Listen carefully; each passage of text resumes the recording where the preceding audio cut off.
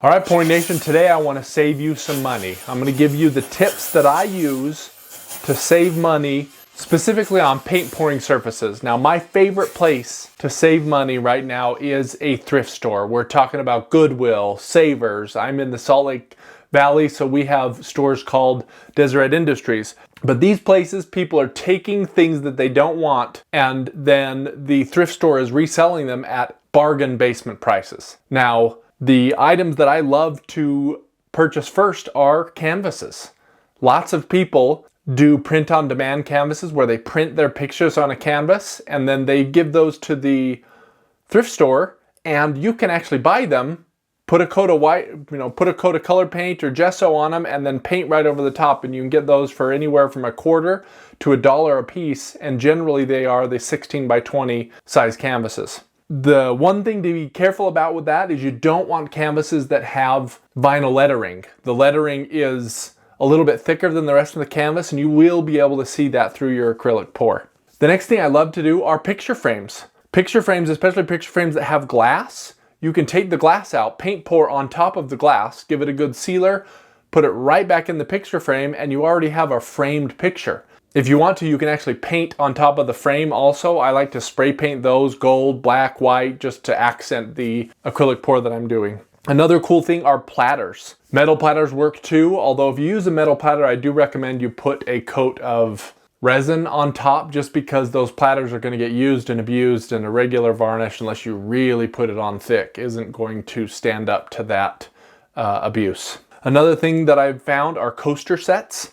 You find a good set of 4 coasters, again, wash them really well, put a bit of gesso on, let it dry, and then pour over it, and you've got yourself a coaster set for pennies on the dollar. Vases is a very popular thing to use. Now, a vase you can pour on. I have heard multiple people that sell vases. It's one of the things that sells in the craft fairs and different markets that they sell in, and they sell really well. Many people have those, and generally thrift stores have a whole section for glass vases. Now, I still have 3 of the best things I like to get from a thrift store, but before that, if this has been helpful to you so far, please paint that like button. It really helps this channel, and it helps this get distributed out to other people that are looking to save money on their acrylic paint pouring. One of the things I get a lot of from thrift stores are wood surfaces. This is my latest haul. I got a flamingo, I got a mini Lazy Susan, I got a cutout of America, I got a bigger Lazy Susan. Just square blocks of wood also are very nice and very cheap there.